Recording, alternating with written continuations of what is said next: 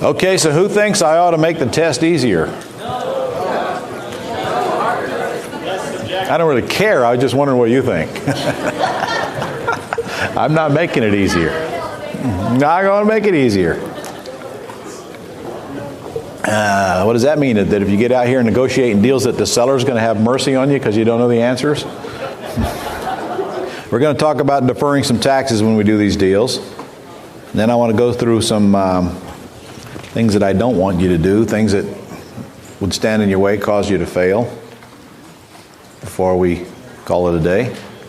Somebody said a while ago, we were talking in the bathroom, and I think he made that test so hard just to show us how stupid we were and how much we need a partner.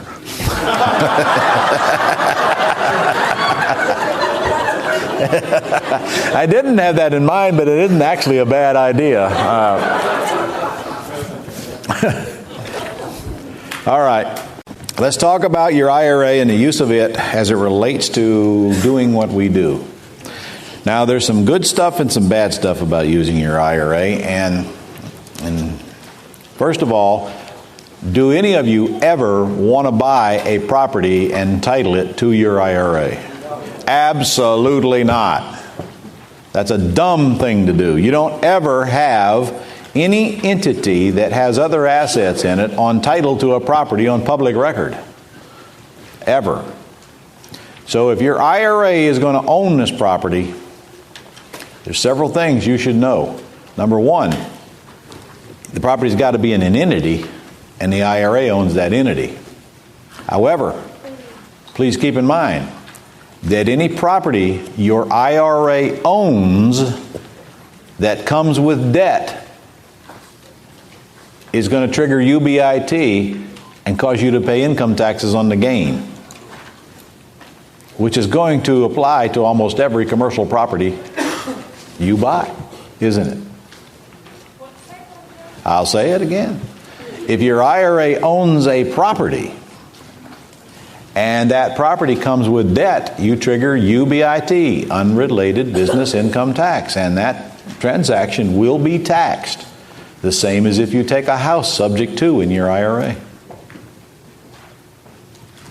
So who thinks it's a good idea for your IRA to own a property in a land trust? It's a bad idea. Now, it's not that bad of an idea. Let's say you sell a property that you bought in a land trust and your IRA owns the land trust and you make $1 million profit. And it came with a debt. And the debt got paid off when you sold. Well, you're going to pay taxes on that gain. But the remainder goes in your IRA tax-free for life. Now, you got to think about this. If I make $1 million and pay $350,000 taxes, and then $650,000 goes in my IRA, that $650,000 grows for the rest of my life, and I pay no tax on it, and no tax on that gain, and no tax on that gain, and no tax on that gain forever. So that ain't all that bad, is it? Considering doing it outside your IRA, where you pay tax on that gain, and then you make more money, and you pay tax on that gain, and you're taxed, and you're taxed, and you're taxed. So even if you're taxed, it's not the end of the world for sure. If you're going to get taxed, better to get taxed in your IRA than out of your IRA. As long as you know you're going to get taxed if your IRA buys a property with a debt. Next warning is you can't take $100 out of your IRA and buy $1 million property with it and expect the IRS to bless it. They are not going to do that. That's an obvious tax scam. So if you're going to buy a property in your IRA, there's several things you can do. Number one, you can not buy a property in your IRA. You can just have your IRA option the property. If your IRA options the property from an entity, there is no debt that comes with the deal, and all the profit goes into your IRA. However, if your IRA options a property from an entity, you have controlling interest in, it's self-dealing. So, next quandary, if I buy this property in an LLC and my IRA options that property from that LLC, I can't have controlling interest in the LLC. And by the way, husband and wife total equals controlling interest. So husband and wife combined can't have controlling interest in it if you don't want to pay income taxes on it. If your IRA options the property from an LLC, you do have controlling interest in it. You can do that, pay income taxes on it, and still have the money go into your IRA. Keep in mind now, your IRA doesn't pay income taxes. Just repeat that last sentence. Okay. If your IRA options a property from an entity that you have controlling interest in, you will have to pay taxes on that gain when that sale is taking place. If your IRA makes $1 million from this option, your IRA is going to pay taxes on that $1 million. But the rest of it still goes in the IRA and grows tax-free for life. We've covered that. If you don't want the IRA to pay any taxes, the entity it options from, you cannot have controlling interest. You can have an interest, but it can't be a controlling interest. And controlling interest is defined as anybody in your linear descent. If everybody in your linear descent combined has controlling interest, it's the same as you. So where does that leave us? What are our choices? Okay. Is doing a land development project something you should do in your IRA? All right, who says yes? Who says no? Who don't know? And who's so screwed up after that test they don't even want to know? All right. The answer is yes and no.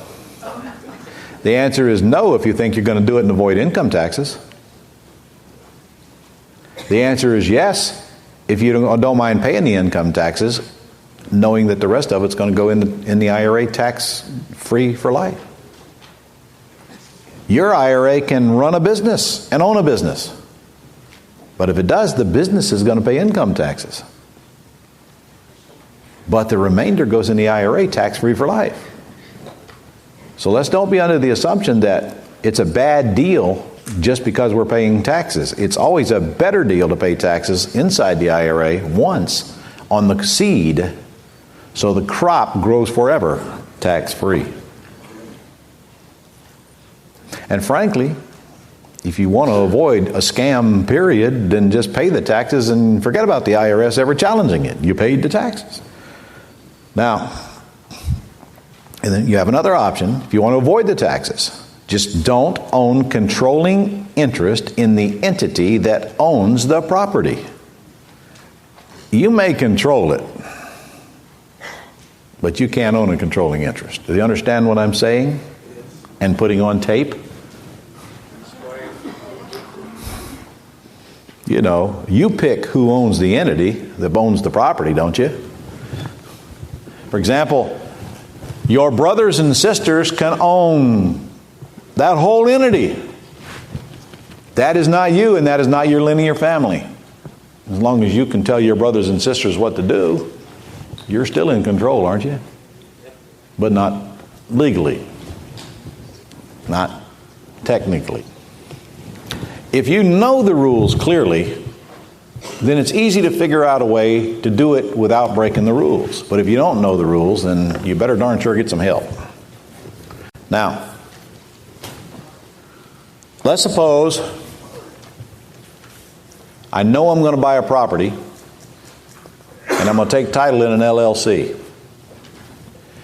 If the LLC buys the property and then you try to sell stock in the LLC to the IRA and put up $100, that dog ain't going to hunt. But what if your IRA puts up $100 and buys stock in a worthless, dead LLC that don't have any assets in it? And then 2 months later, that LLC buys a property. Well, that dog will hunt, but there's a big problem with that too. Where's the money going to come from so the LLC can buy the property? If it's your money or you get a loan, that's self-dealing. You can't get a loan on a property that your IRA owns. And you can't use your money to buy a property your IRA owns. You guys keeping up? Okay. So then, how do we get the money in our IRA tax-free? The answer is, well, actually there's several things. This LLC, well, first of all, you can have money in this LLC, and not a lot of it. You know, you can't open an LLC with $100,000 in it and have the IRA buy, you know, a big share of that for $100. That dog ain't gonna hunt either. But let's say you open an LLC and your IRA puts up half of a $5,000 deposit in the LLC, and your spouse's IRA puts up the other half. And combined, you only own 49% of the total LLC. Combined. So you don't own controlling interest. And now later that LLC goes out and buys a property that does not require its capital because it doesn't have much. Maybe the LLC goes and takes over the debt subject to that doesn't require any money to go to the seller. Or maybe the LLC goes and buys a property, takes over debt, and gives the seller back a mortgage. You see, the LLC can originate debt, even if the IRA owns the stock. It's the IRA that can't originate debt. So my LLC can go take over debt, and it can give the seller back a mortgage, but I can't go borrow money and have this property belong to my IRA. I can't even borrow money if my IRA is related to this thing. My LLC could borrow money, but I mean, that would be non-recourse debt. I can't borrow money. I can't personally guarantee that loan. I mean, you know, guys, just for the record, you can do anything you want. And there's a real good chance you'd never get caught. In fact, there's a slim chance you'll get caught. But if you're going to do it and you're going to bury the skeletons, you ought to know where they're buried, don't you think? The IRS is not auditing IRAs. But then there's the legal side and there's the not so legal side. It's really not that difficult to maneuver around the legal side. So the easiest thing for you to do is to buy a property in an entity and make sure you don't have controlling interest in the entity. Now, all of you can do that, can't you? The LLC or an S Corp or C Corp, I don't even care. We went over that. Get yourself 49%, yourself meaning all of your linear family. And then have the IRA option the property from that entity for $100. That's all it takes. And then when it sells, the profit goes in the IRA. That's the easiest, cleanest thing to do. Now, just for the record, we're living by the IRS code. We're doing the things that we're allowed to do. Can anything we do be challenged? You are? Yeah, well, okay. Knowing that, we do the best we can to live within the code, but hey, isn't our chances of ever being challenged and have anything we do overturned a whole lot better than go ahead and pay the taxes now and be done with it, huh? Well, believe me, IRS has got plenty to worry about. They don't even know we're doing this stuff in our IRAs.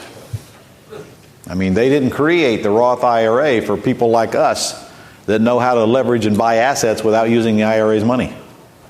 They created a Roth IRA for America to invest in the stock market tax-free by putting taxable income in now so they can take it out later not taxed. See, when they thought this up, they didn't know how to take $100 and leverage it into $1 million. That wasn't their plan. Now, so could they change that plan any time? Certainly. By the way, Dick Desies from Equity Trust telling me that he's got several IRAs with over $20 million in them. Now, just for the record, you can't live long enough to contribute $20 million to your IRA. So how do they get that money in those IRAs? By using their brain and leveraging their IRA as the mechanism to control the real estate so that all the profit goes in the IRA tax-free forever. The steps are real simple. If you go buy a property in an entity, all right, first of all, somewhere along the line you have to decide that the money's going to go in the IRA. It don't have to be immediately. You don't have to know the money's going to go in the IRA even the day you close. If you close in an entity that you don't own 100% control or controlling interest in, you can do this IRA crap later. But if you close in an entity and anybody has a LLC agreement that shows that you own 100% of that LLC, I would not then try to maneuver that money into that IRA. If you close in your own name, forget about it. It's a matter of public record you own this property. So you should know that you're going to put the money in the IRA before you actually take title to the property. Now, of course, you know as well as I do that any document that's created today can be thrown away and burnt and another one created later, but I don't want to get into that. Remember that operating agreement and that LLC agreement is housed where? In your filing cabinet at home. So here's the steps. I know I'm going to want this property, all the money to go in my IRA tax-free. I go negotiate a deal and I close on it. And I structure this deal so that I know that I don't have to write a check to fund it, and that I'm not going to personally guarantee a debt to fund it. Which means that I've got to buy this property so that it doesn't require my money, or I got to get a private loan that don't require my personal signature. Which isn't that hard to do. Now, I close in an LLC. My wife and I are 49% owners of the LLC. Somewhere well in advance of selling this property, and before I file my tax return for this year, I get on Equity Trust website, assuming when you have an IRA set up at Equity Trust, which I'm sure most of you are certainly aware of or should be aware of. I go to trustetc.com, trustetc.com, and I fill out a direction of investment letter right online there and tell them to send $100 of the money that's in my Roth IRA to the LLC manager made out to the LLC as option money to option this property. Now, if I bought a property worth $1 million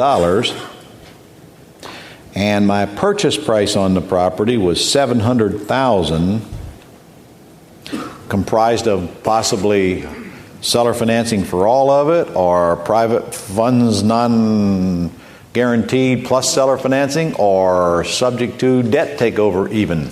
Remember, the LLC can take over the debt. Your IRA can't. Your LLC's buying the property. Your IRA is simply buying memberships in the LLC. What should my option price be on this property where my IRA options it from the LLC? Oh, I'd probably make it $710,000. Because it just doesn't look right if the LLC doesn't make any money and the IRA gets it all. Now the LLC sells the property for $1 million. Oh, by the way, you've also got to now fill out an option agreement, of which you can get in my Blue Course or in any stationery store on the planet, that says that Equity Trust, for your benefit, is optioning this building for $710,000 from the LLC that owns it. It's 1 or 2 page deal, guys. By the way, you can't screw it up. It's you and you and you. Equity Trust is not going to take the option agreement to an attorney and have them check it out. They're going to stick it in the file. Nobody cares. Just fill it out. But Equity Trust, FBO, for benefit of you, IRA, is optioning the property from the LLC. $100 deposit. That deposit needs to come out of your IRA and go to the LLC. And it should be deposited in the LLC's bank account. Tracking trail. Now you sell it, $1 million, got a buyer, going to closing. The day before closing, you call up the title company. You fax them over the option agreement, and you tell them, here's how I want the proceeds distributed. I want $10,000 to go to the LLC. I want the $700,000 debt paid off, of course. And then I want the $290,000 to be made out to Equity Trust, FBO, Ron LeGrand, IRA. Got it? Now, here comes $290,000 into your Roth IRA tax-free for life. Got it? Can you manage that process? It was really tough, wasn't it? The only thing was tough was structuring the deal to begin with so you don't get accused of self-dealing. The rest of it's just paperwork, logistic crap. There's no limit how much your IRA can make a year, ladies and gentlemen. And don't forget, contribution is $4,000, but there's no limit how much profit you can make. You know, you do one of these deals and you make $2, $3, $4, $5, $10 million profit. There's no law says it cannot 100% go into your IRA. LLC is going to pay whopping taxes on $10,000 because that's all the profit it made. Everybody got it? Can you do it? All right. Quick question. Yes, sir. $10,000 in your IRA does not necessarily need to be distributed to the 51% owner. It just stays in there, right? $10,000 goes into the LLC. I mean into the LLC, the $10,000 I don't know who profit. owns that. Don't care as long as it's not 100% you. Okay, If so it's it could just- 49% you, 49% goes, well, it goes in the LLC's bank account. Right. What the manager of that does is irrelevant to this deal. Yes, sir? I attended the IRA thing in Orlando. Yes. It seemed like the focus there was putting them into a land trust and have the beneficiary of the land trust. That's because we were talking about single-family houses. Now we're Okay. talking about buildings big enough to be their own entity and have their own tax return and so forth. Could you do the same thing in a land trust? Yes, you could, as long as you're not any more than 49% beneficial interest. Yes, sir? So the Roth IRA then does not own actual stock in the LLC or Yeah, membership? Roth IRA absolutely owns stock in the LLC. It does. Yes, but it Not doesn't the own any option. property. Owns the option and stock in the LLC. Oh, you're right. I'm sorry. If I optioned it from the LLC, it does not. You're correct. Right. Okay. Yeah. You're correct. It owns an option. A real little old simple option. Okay. One more. I just wanted to add that I've done several of these successfully, and my closing attorney always requires that the Roth IRA do an assignment of option to purchase over to the end buyer for the fee that's going, for the amount that's going into the Roth, Fine. for it to be totally complete, because technically the IRA has the option and you He's have right. to assign it. He's right. You do whatever your closing agent tells you, as long as they make the check out to the Roth IRA. And incidentally, don't even think about letting them make it out to you now. If they make a check out to you or the LLC, take it back and tell them to make it out right. You don't want that money going in that LLC and then going to your IRA. That's a no-no. You don't want that money going in your bank account and going to the IRA. That's a contribution, excess, and none of it will count except for $4,000. So it must come directly from the closing agent into the IRA as profit from that option.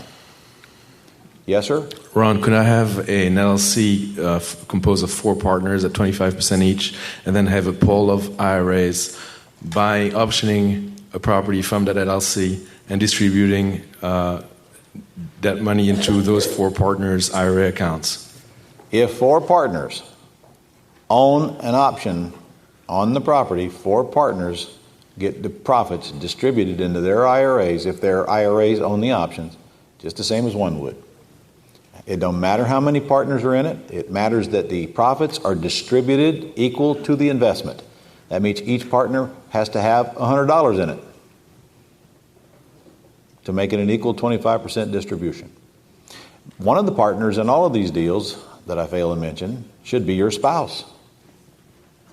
Your spouse's IRA should option 50% of the deal, and your IRA should option 50%. So that when the money comes in, it splits equally and goes into each IRA. So you never have to hear, how come your deal was bigger than my deal? It's a great idea. Desich taught me that after it was too late. I learned a lot from Dick on his IRA stuff. I've literally become an expert on it, and I didn't mean to. I mean, I'd almost rather be a dentist than be an expert on IRAs.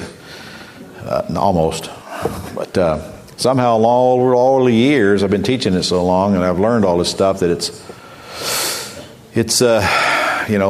just kept adding and adding and adding. And now I just did this recently, this course. By the way, I do have a course.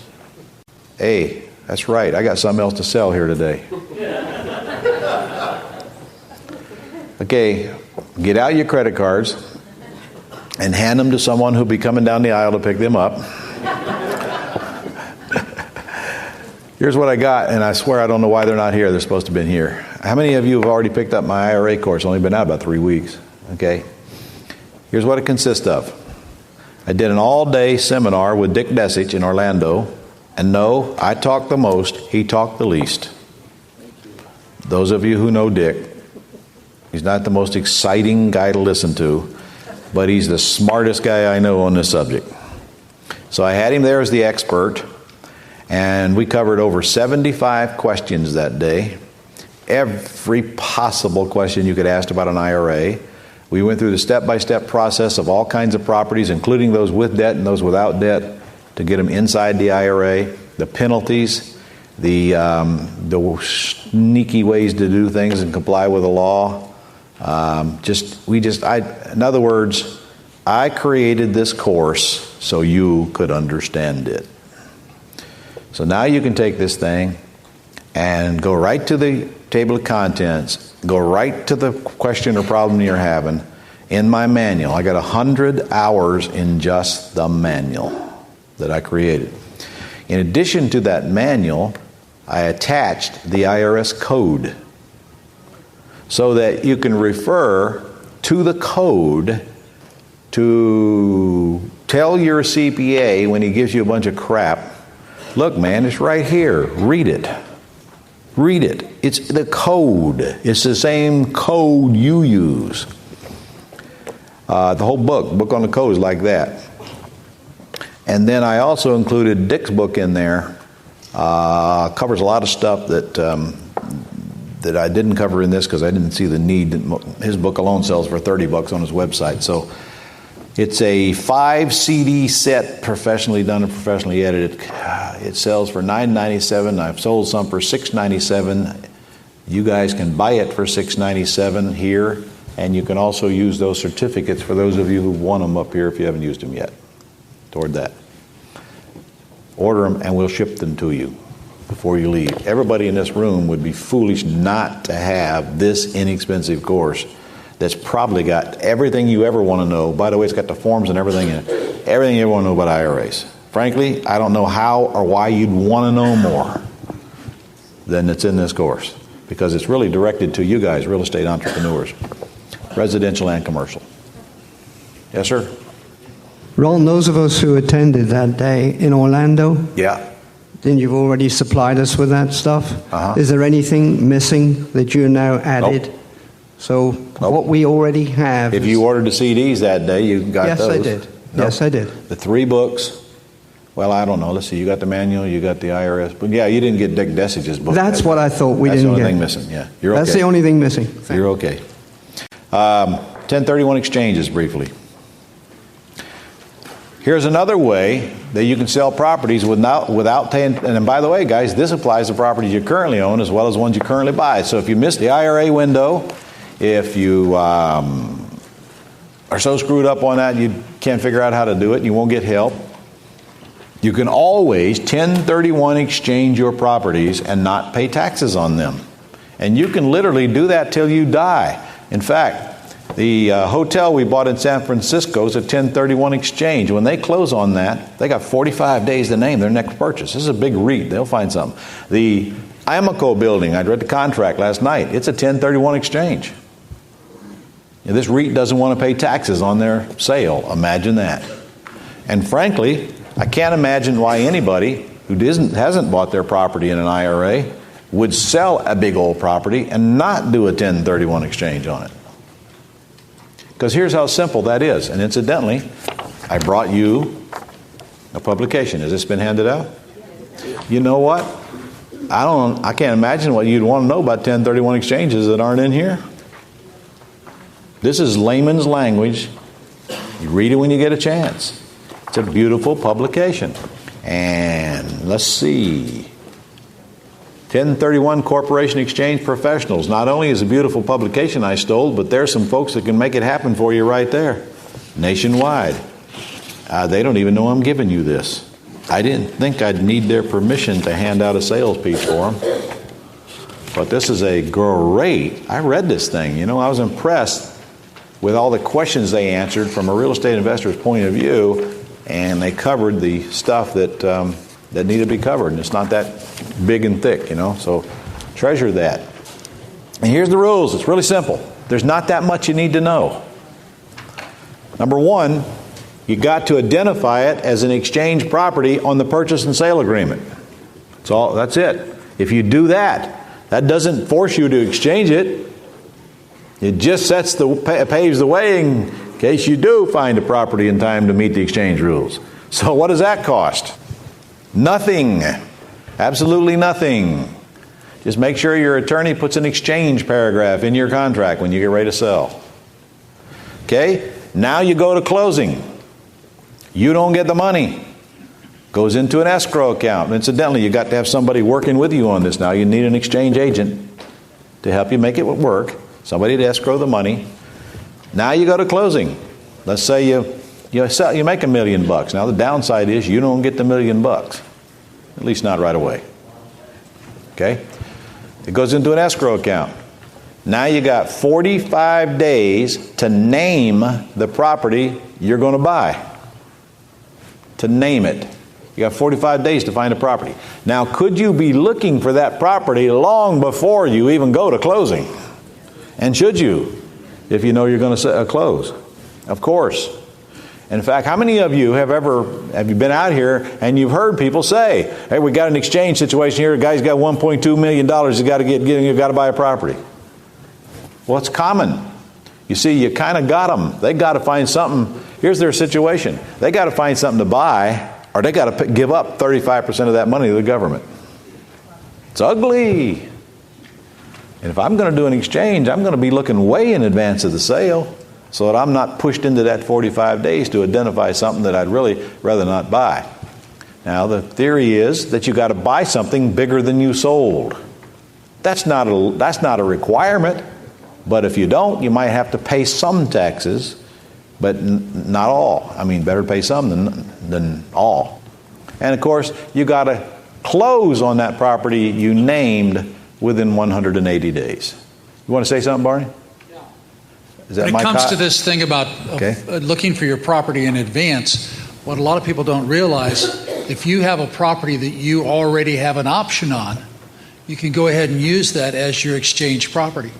So if you happen to have 20 or 30 houses under lease option, you could just go ahead and buy those houses to fulfill your exchange requirement. You can also do a reverse exchange. Yeah. You can describe a reverse exchange, Barney. Barney's a CCIM. The idea of the reverse exchange is that you find the property that you want to buy first and identify that and put that into escrow. Then you go out and find your purchaser of your property. And you're just doing the same thing but backwards. Yeah. You can exchange any kind of real estate for any kind of real estate.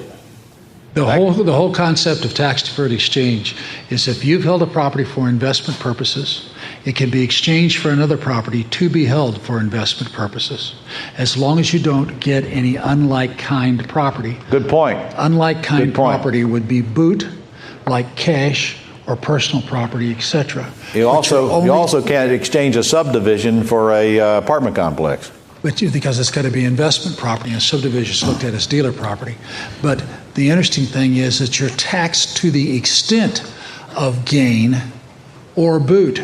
So if you had $100,000 of taxable activity within the exchange of realized but not recognized tax in the exchange, and you got a car with $25,000, you're taxed on the $25,000. You're not taxed on the whole 100. So you're taxed to the extent of gain or boot, whichever is less. Yeah, I bet you guys didn't know this either. You can exchange personal property for personal property as long as it's business property. Right, 'cause it's You can considered exchange inventory. airplanes for airplanes. Yeah, if you can make it inventory, that's what you do. In fact, I almost exchanged an airplane for an airplane. Didn't like the airplane I was exchanging to. As long as the airplane's business, of course. And who would own an airplane that isn't business? Not me. Yes, sir.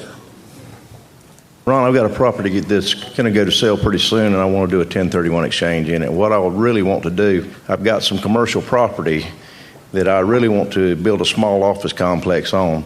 And one of the things that I want to do that I wanted to check to see if I could is rent my wife's company a space in the building that I exchange and buy. I want to have it built and have someone build it, knowing that I'm going to purchase it. And I just want to know, would there be any? I don't know. Barney would be with? better equipped to answer that. Really, all you're worried about is your wife being part of a property you have in this exchange. Right. Is that going to be too close? Is that going to be too close to this? And it will be to her corporation. She won't have any ownership, and her corporation won't have any ownership. What do you think, Barney? You have no problems in doing that, except for there's been some court cases. Your rent has to be within 10% of market value. You can gift her up to 10% of market value by favorable rent. Well, that's the only, and you can charge her however much more you can get her to pay. But that's the only court case that's dealing with relatives that you can't use it to disguise a gift. Thank you, sir. Anybody else got any questions on the IRAs or the exchanges? Not a question, but a comment. I don't know whether you've used this 1031 Exchange Corporation, Ron, but I have. I've used them a few times. This company, you mean? This particular company. I have not. They're a very reliable company. I know because I did one with them last week. They do about 1,500 of these things every month. Wow. So they know what they're doing. They're very reliable. I'm impressed. The guy that I deal with is a fellow called Drew, for Andrew McCabe.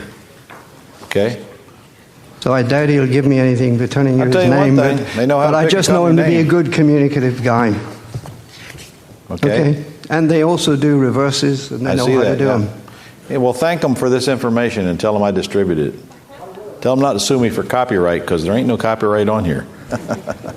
Ron, in the IRA, Yeah. who or what can be appointed as a controlling interest if you have no one to appoint? Anybody except somebody in your linear descent. But what if you have no person? Can it be other than a human? It can be held by a human or it can be held by an entity as long as you don't control the entity.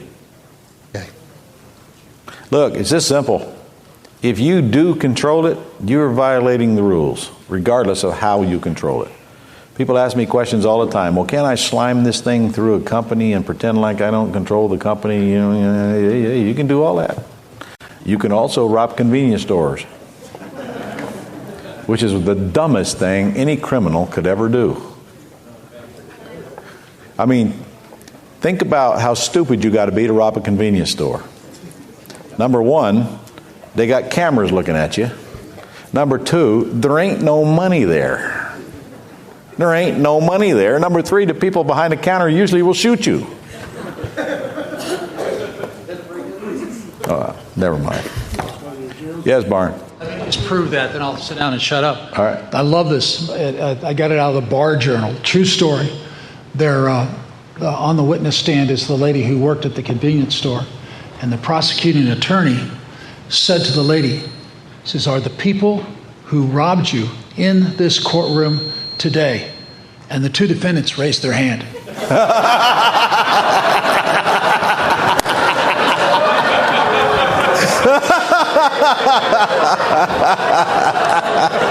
I believe it, Barney. I believe it. Oh, criminy.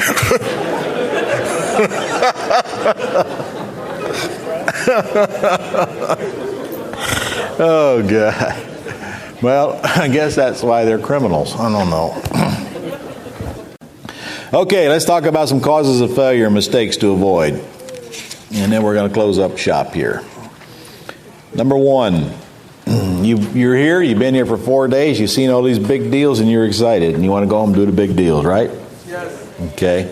Well, you better not forget the little deals. Because the little deals are what produces cash flow, they're what pays your bills, they're what keeps you out of a mess, and they're what free you up to mentally do some big deals as you can make the time and or process the facts. I do not want you to forget to dance with the one who brung you. You guys are very lucky, in my opinion, to be in a position to know what you know. And I don't want you to ruin all of that by ignoring your cash flow. For some of you, it's not an issue. For some of you, others of you, it's a big issue.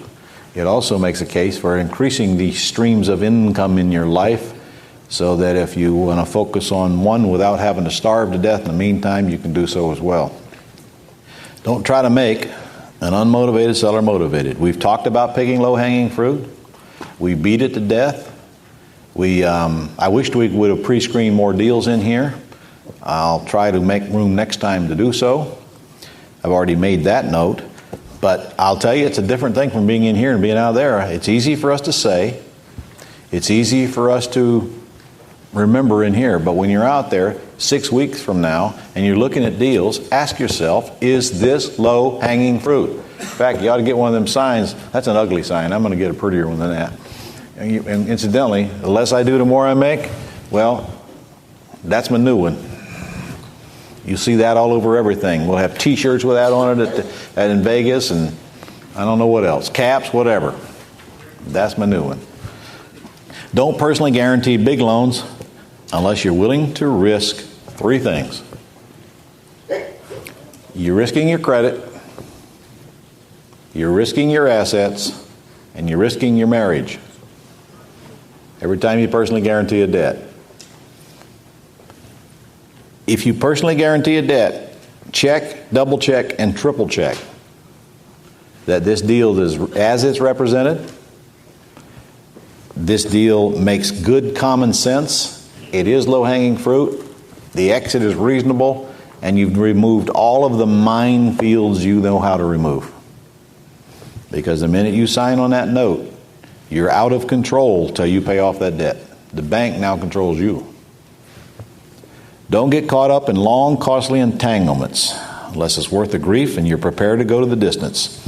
I cannot tell you how many people have submitted us vacant land on 20 acres that they want us to subdivide so we can make $200,000.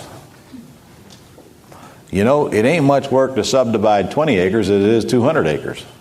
There ain't much difference in time and effort and resources, and it's, 20 times the amount of money out of it.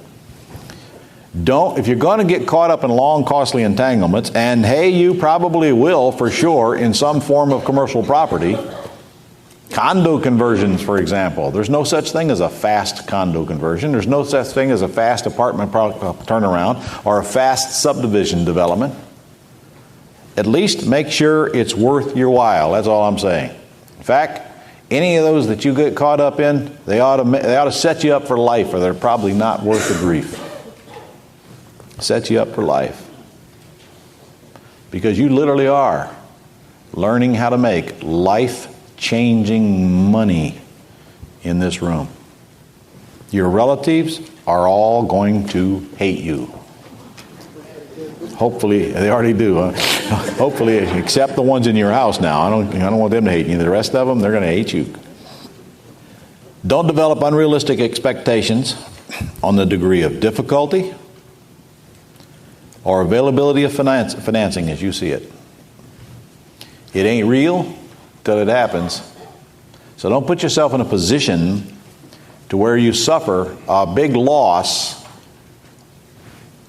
based on assumptions that you later to find out really weren't that realistic to begin with.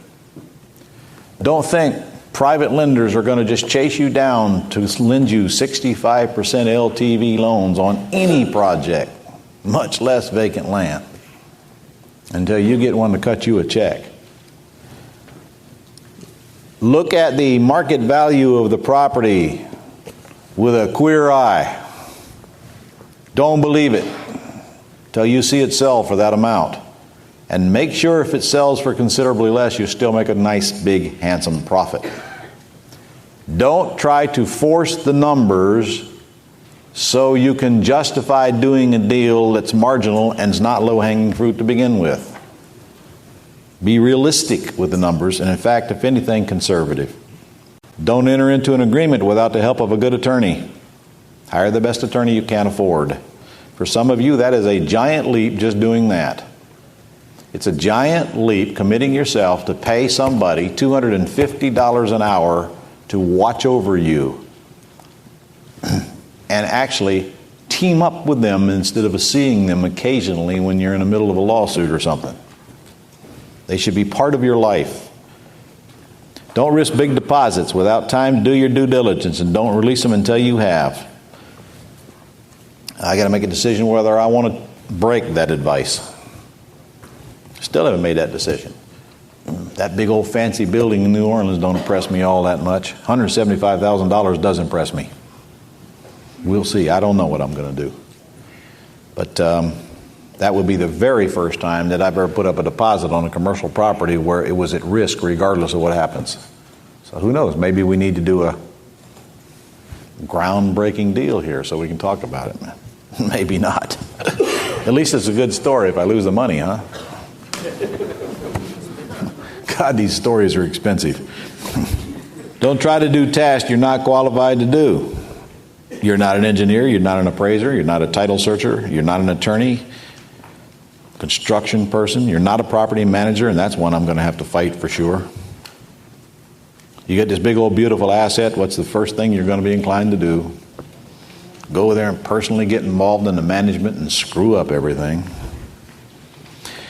And of course, doing mundane tasks that you can pay others to do is not a new lesson for most of you, because I've been trying to get the words, the less I do, the more I make, into your heart and your mind for months or years now. And for some of you, I've succeeded. For others of you, I'll probably work the rest of my life at and still not get it done. But that simply means be very careful to what you do with your time. Watch closely how others waste your time. Be demanding of how you render your time. And don't let anybody assume that it's their time, not your time, to waste. Be careful how you handle the cell phone. Be careful how many hours you spend on the internet when you can get somebody to do that for $5 an hour.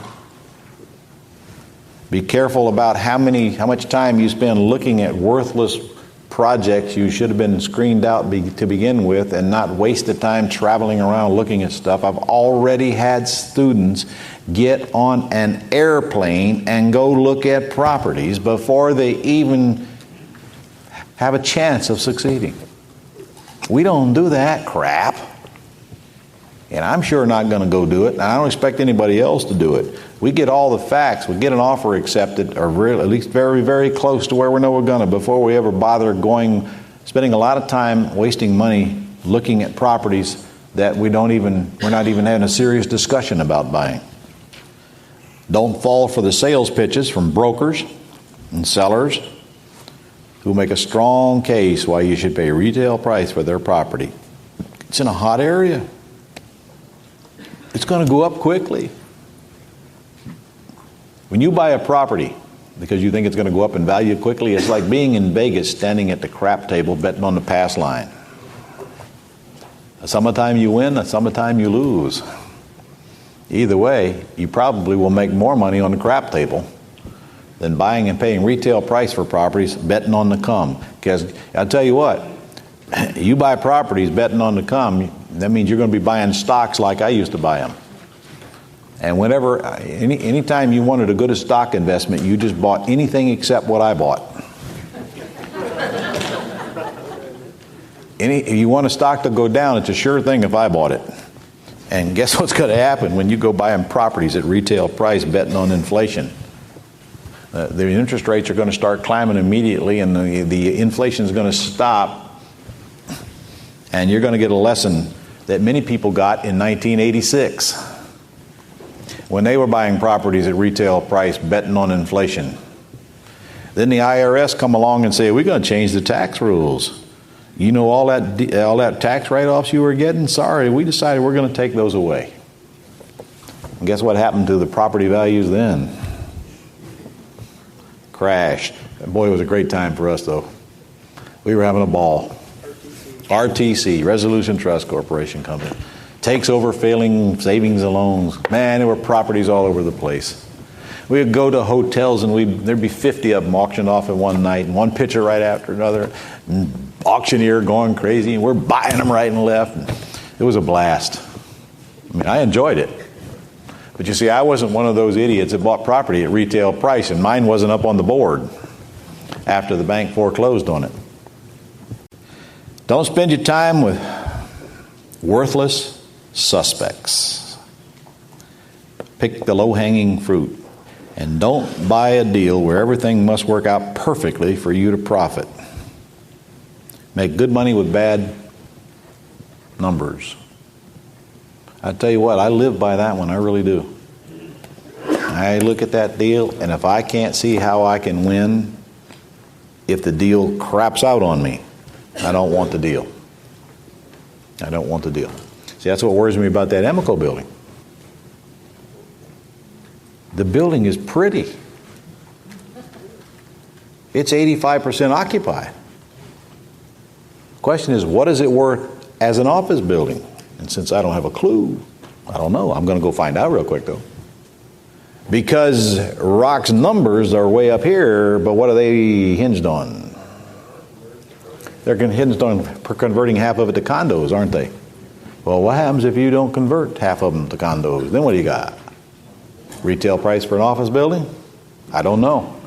I'll know before I cut loose of $175,000, I'll tell you that. That's what bothers me about that project. That and the fact that it's non-refundable deposit.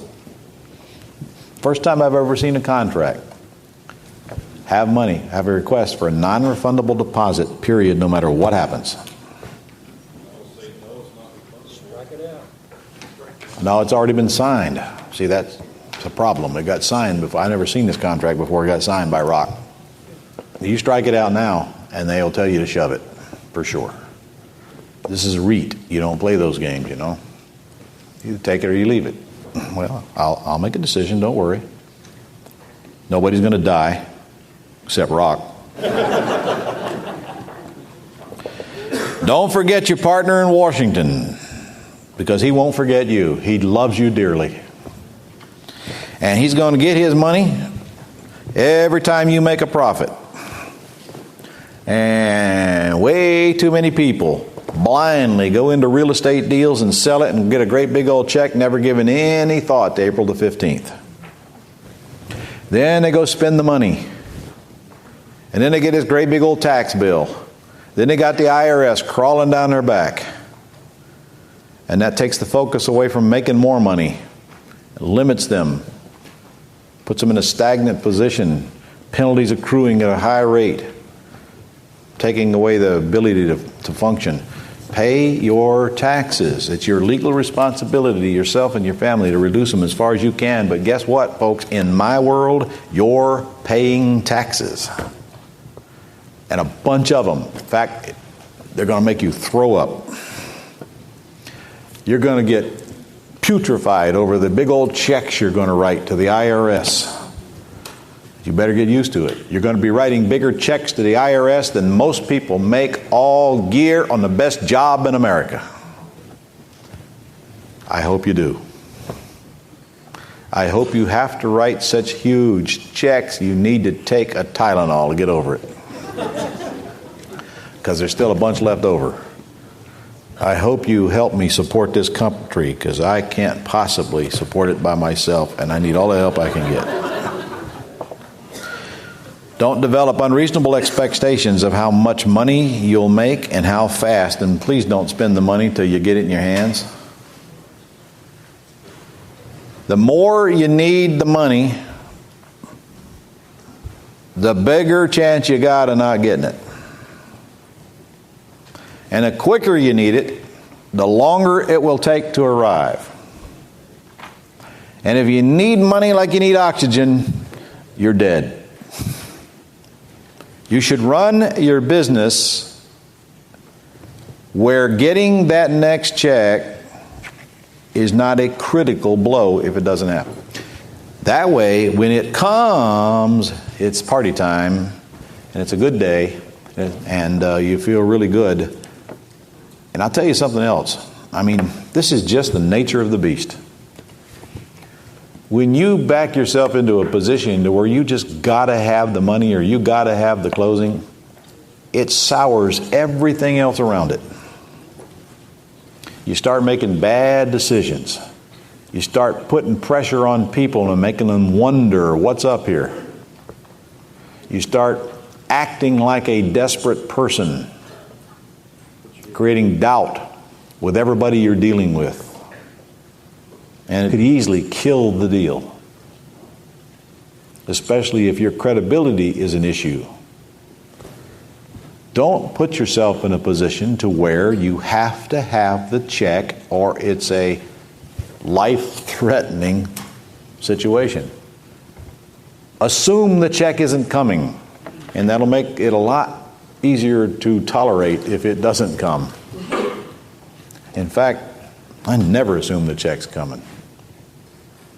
You know, I'm supposed to be closing that big line of credit next week out here. I've got a commitment letter in my briefcase. I watched the man sign it.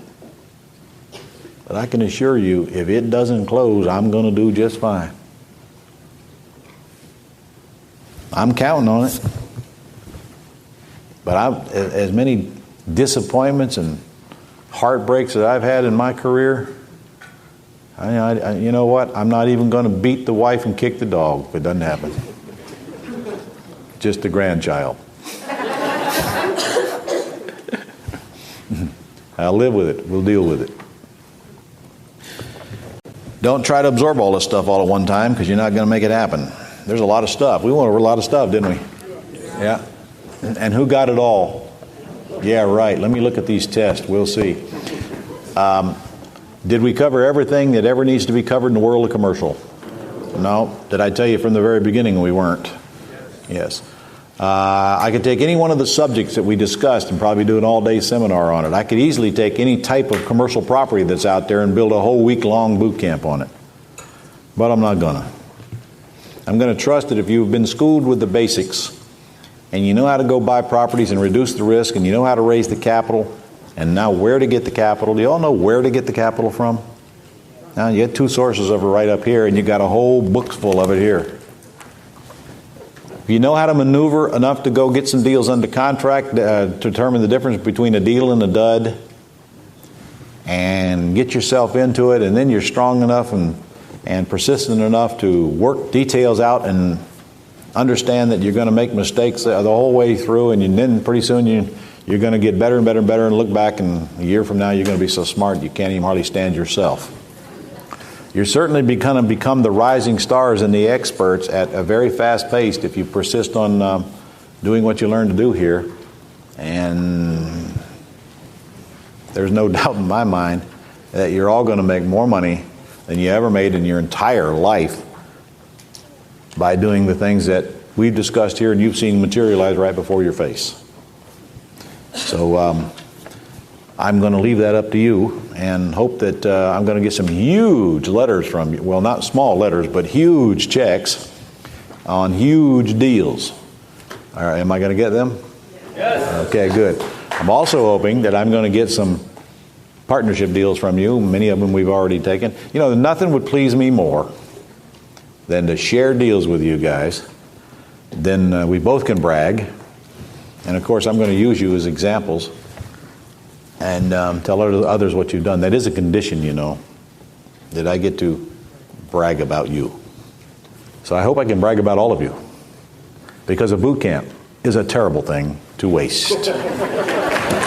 Thank you very much for coming.